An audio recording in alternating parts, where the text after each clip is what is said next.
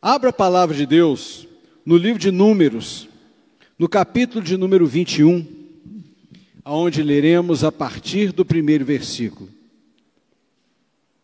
Números, capítulo de número 21, a partir do primeiro versículo. A vitória sobre o rei de Arade. Amém? Diz assim a palavra de Deus para nós: quando o rei cananeu de Arade, que vivia no Neguebe, soube que Israel vinha pela estrada de Atarim, atacou os israelitas e capturou alguns deles. Então Israel fez este voto ao Senhor: se entregares este povo em nossas mãos, destruiremos totalmente as suas cidades. O Senhor ouviu o pedido de Israel e lhes entregou os cananeus. Israel os destruiu completamente, a eles e às suas cidades, de modo que o lugar foi chamado Ormá. Partiram eles do Monte Or pelo caminho do Mar Vermelho, para contornarem a terra de Edom. Mas o povo ficou impaciente no caminho e falou contra Deus e contra Moisés, dizendo: por que vocês nos tiraram do Egito para morrermos no deserto? Não há pão, não há água, e nós detestamos esta comida miserável. Então o Senhor enviou serpentes venenosas. Quem enviou? Que morderam o povo, e muitos morreram. Quantos morreram? O povo foi a Moisés e disse: pecamos quando falamos contra o Senhor e contra você. Ore pedindo ao Senhor que tire as serpentes do meio de nós. E Moisés orou pelo povo. O Senhor disse a Moisés: faça uma serpente e coloque-a no alto de um poste.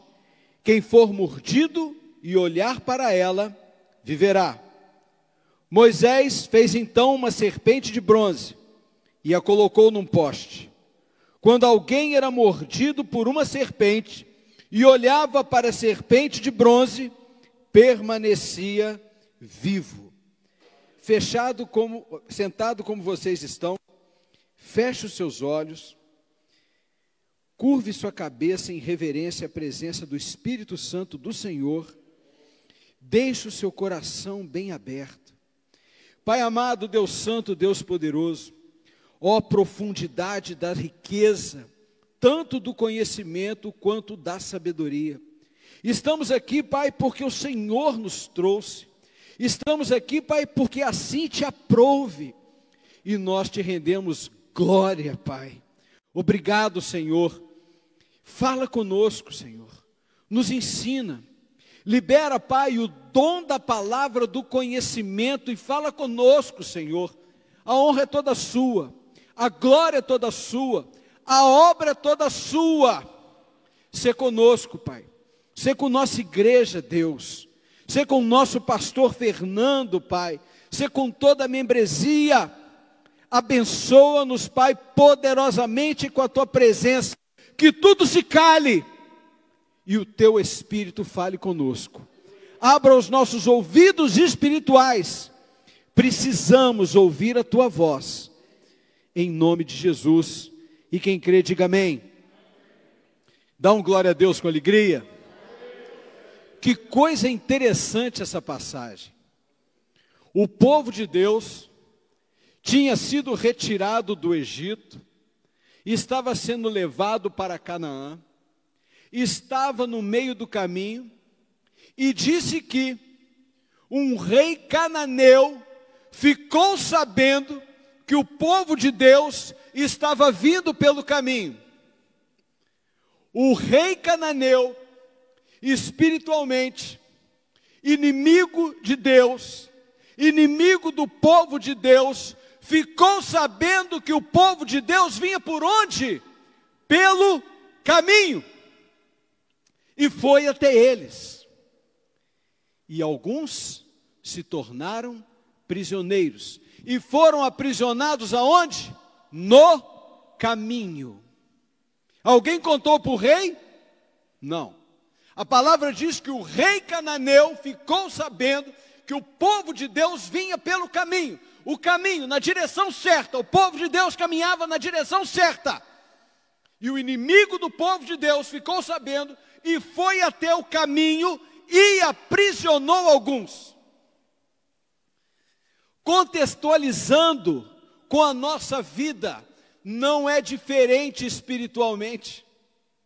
Estamos no caminho, estamos andando no caminho, estamos indo na direção que o Senhor determinou, mas o inimigo de nossas almas costuma aprisionar muitos no caminho. Isso tem que mexer comigo, tem que mexer com você. Não está falando de desvio, está falando de prisão do inimigo, do povo de Deus no caminho. E por que que o povo foi aprisionado no caminho?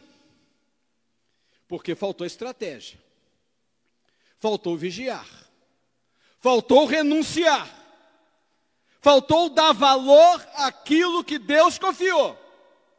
Por que será que o inimigo, um rei inimigo, foi capturar o povo de Deus? Para quê? Buscando bens? Não. Se o Senhor conservava suas vestes e seus calçados, por que não tinham outros? Se o Senhor fazia o maná descer do céu para alimentar o seu povo, e eu não estou falando de lamentação ainda, não estou falando de resmungação ainda, não estou falando de desvalorização ainda, não estou falando de falta de perceber o pouco que Deus dá para você glorificar e Ele transformar em muito. Por que será? Só com um motivo: matar guerreiro e aprisionar mulheres e crianças. Mas aqui a palavra não está falando de morte, está falando de prisão, que aprisionou muitos, aprisionou guerreiros, aprisionou mulheres, aprisionou crianças. Com qual propósito? Escravizar, usar. Mas aonde que eles foram pegos? No caminho. Quantos e quantos de nós estamos sendo aprisionados no caminho que Deus confiou para andarmos livres?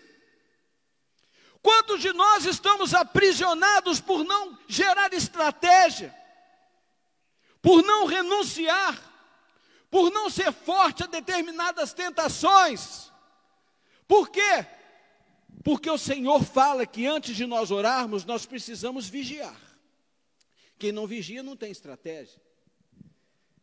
Quem não vigia não aprende a renunciar.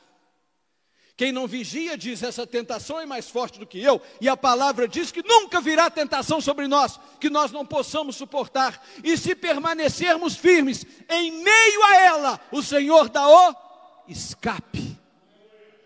A tentação deixa de vir? Não. Mas nós podemos resistir? Sim. E ela vindo, é no meio dela que, se permanecermos firmes, o Senhor dá o escape. E por que que aprisiona no caminho? Porque ele é como um leão que ruge ao derredor, buscando a quem ele possa tragar, não quem ele quer, mas quem ele puder. Quem não vigiar vai servir de mau exemplo dentro da igreja, para muitos falarem: de que adianta estar na igreja? Vai usar muitos para estar dentro da igreja, trazendo o que Deus mais abomina: fofoca, contenda, facções. No caminho, aprisionado. E o Senhor fala que Ele vem como um leão que ruge ao derredor. Mas se permanecermos firmes e resistir, Ele o quê? Fugirá. Fugirá de nós. Não estará conosco. Mas não desistirá de tentar tirar muitos, como Ele consegue tirar, em pleno caminho.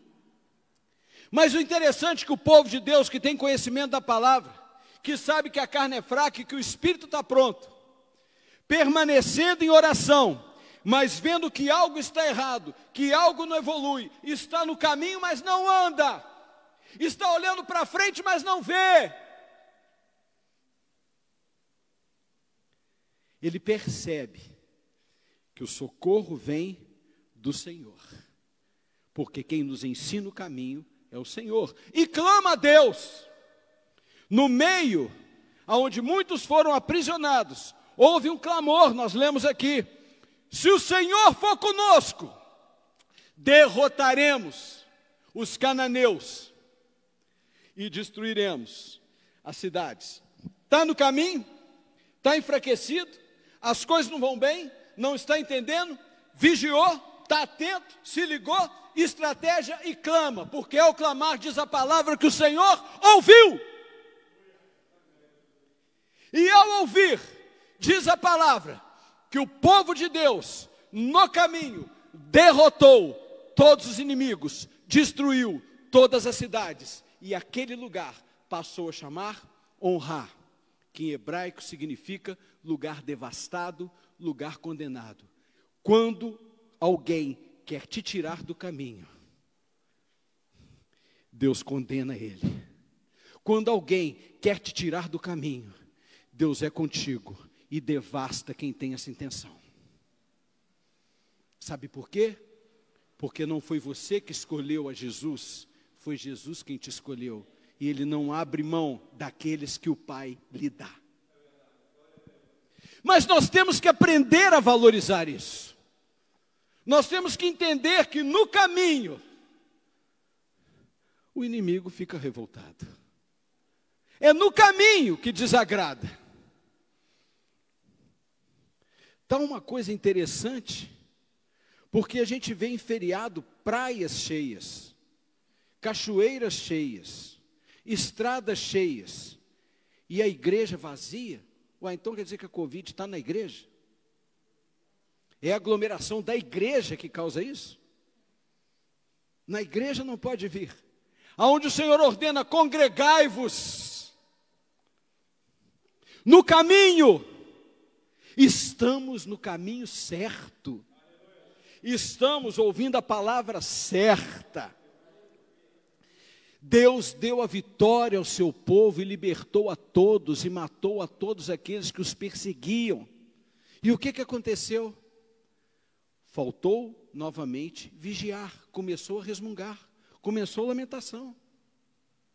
Começou a chamar o maná de comida miserável. Começou a chamar as coisas de Deus de perda de tempo. Foi dito, e nós lemos, aonde se falou: não há pão, não há água. Aqui tem pão. E a água flui. Não despreze o pão. Valorize a água. É no meio do caminho que o pão e a água te sustentam. É no meio do caminho que o inimigo vem para te tirar exatamente daquilo que você precisa e entenda em espírito, do pão e da água. Quem não estiver no pão e não estiver na água, será aprisionado no caminho. Começou a resmungar. Começaram a falar contra Deus e contra Moisés. Começaram a falar contra Deus e contra a liderança. Deus se desagradou e autorizou serpentes para matar o seu povo. Está escrito aqui, ó. Deus autorizou. O Senhor enviou serpentes venenosas que morderam o povo e muitos morreram. Peraí. O inimigo atacou no caminho e aprisionou muitos. O povo clamou a Deus. Deus foi com eles, deu vitória e os colocou no caminho. E no caminho eles começaram a resmungar. E no caminho Deus enviou serpente.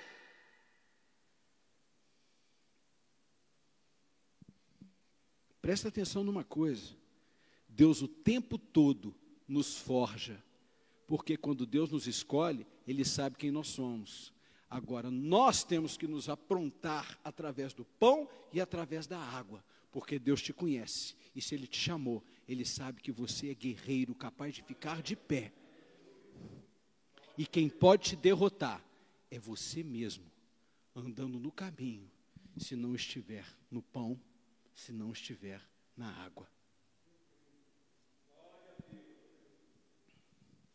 Serpentes.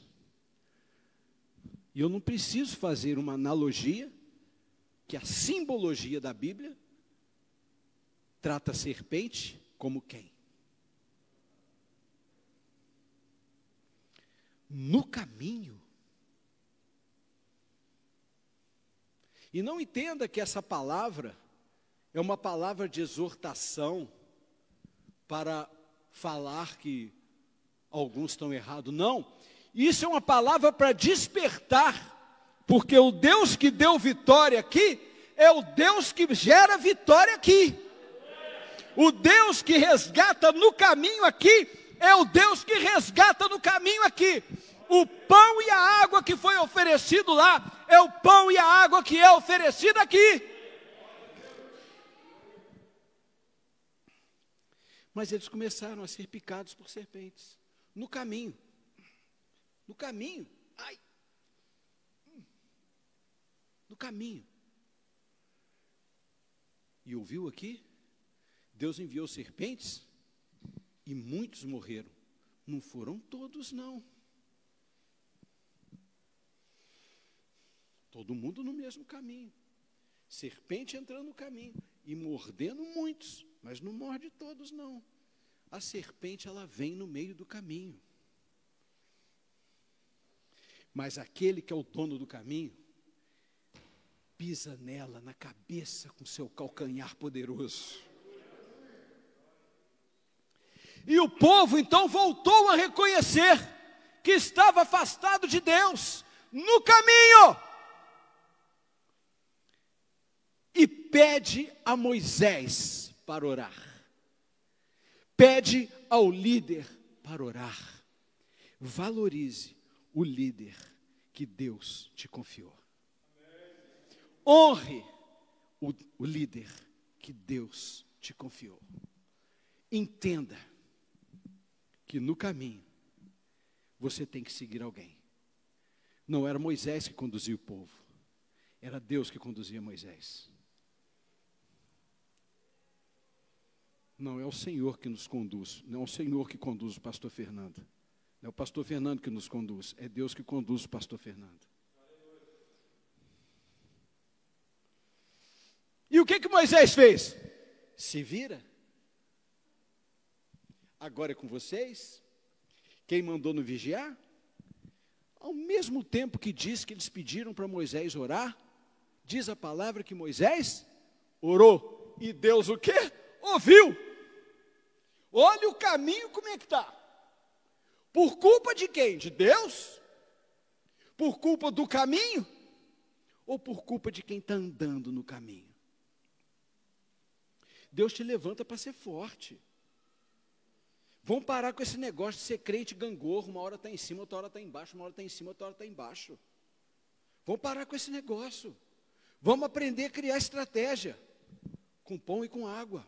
Vamos aprender a renunciar e a dizer não, no caminho, não, não. Eu sou alimentado pelo pão e sou alimentado pela água. Isso é muito forte, porque até mesmo Elias, para ir no caminho, teve que ser alimentado de pão e de água. Por que nós não precisamos? Por que nós não temos que reconhecer isso? Mas aí é que vem o interessante de tudo. Deus vira para Moisés e fala assim: Moisés, levanta uma haste, prega nela uma serpente, E diz, para que todos aqueles que foram picados pela serpente, ao olhar para a serpente de bronze no madeiro, será curado. E a palavra diz que todos que olhavam para a serpente de bronze permanecia vivo e não deixavam de serem atacados por ela. Não deixavam de ser, por muitas vezes, picados por ela. Mas se olhava para o madeiro com a serpente de bronze, permanecia vivo. Espera aí. Agora tem que falar com a gente de forma poderosa. Por que olhar para uma serpente? O que o Senhor quis dizer com isso? O que aquela serpente estava fazendo no madeiro? Que nós sabemos que quem subiu no madeiro foi o Senhor. Só que tem uma diferença.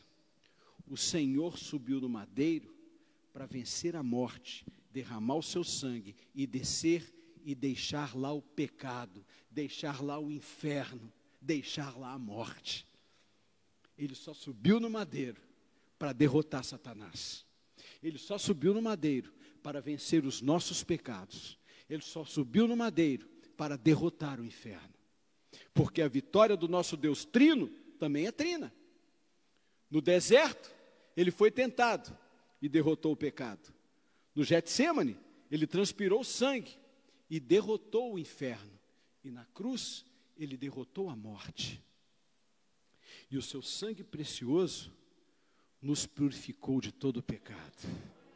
Quando olhamos para a cruz, permanecemos vivos, porque nunca foi lugar para o mestre, foi lugar para subir, para nos dar vitória e para derrotar todo o mal, com o seu sangue precioso. E o mais interessante disso tudo, é que muitos falam que quando o Senhor ia na direção do Calvário, que o inferno comemorava. Jamais! Jamais! Quando o Senhor colocou aquela cruz nas costas, o inferno se calou. O inferno tremeu. O inferno perdeu. Jamais imaginaria um Deus se fazendo homem e morrendo por amor a nós, se humilhando por amor a nós, sendo ferido por amor a nós, sendo traspassado por amor a nós, apanhando por amor a nós, sendo insultado por amor a nós. No meio do caminho ele não vacilou por amor a nós.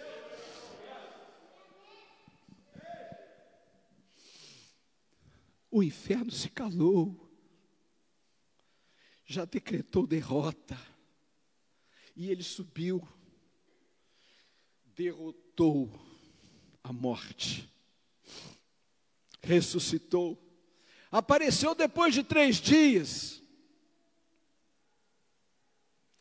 e eu não sei qual dia foi, mas num desses 3 dias, no caminho da obra que ele estrategou para nos salvar e estarmos aqui nessa alegria toda.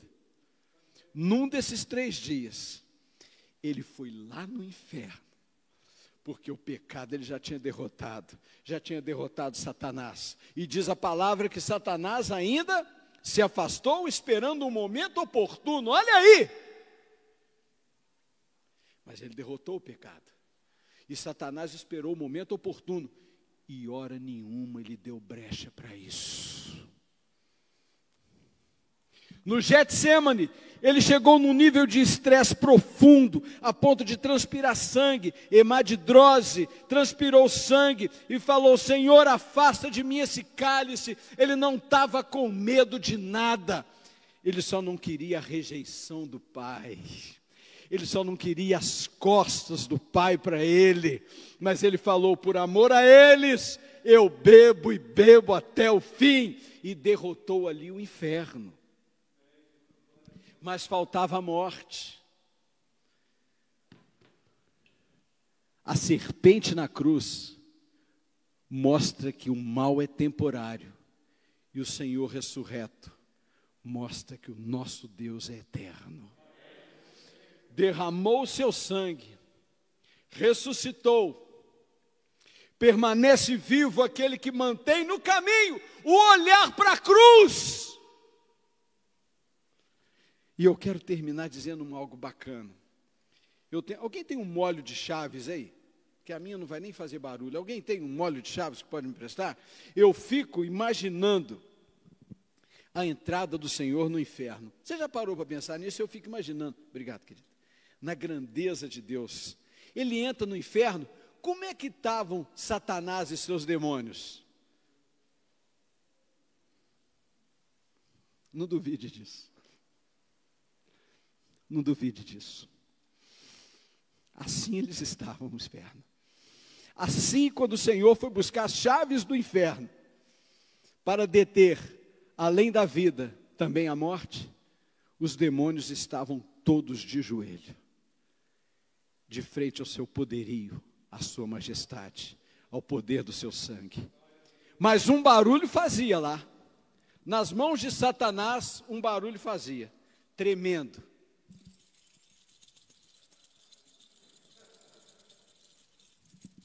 Imagina o Senhor em glória, passando no meio dos demônios. Sabe qual foi o último barulho que você ouviu no inferno? Foi esse aqui.